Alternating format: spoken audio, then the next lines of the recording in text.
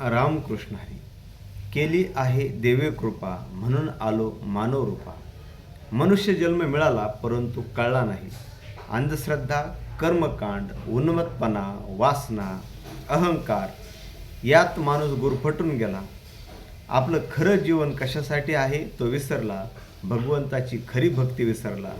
त्याने स्वतःला जाणून नाही घेतले आणि जन्माला येऊन ज्याने नरकच निवडला तो नरकच चिवडत बसला.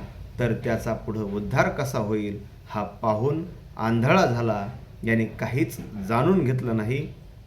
हे सांगण्यासाठी संत शेख मोहम्मद महाराज एका ओवीतून म्हणतात, ए जन्मीच ज्याने नरक निवडला तो पुढे काय उद्धरील जीवाला.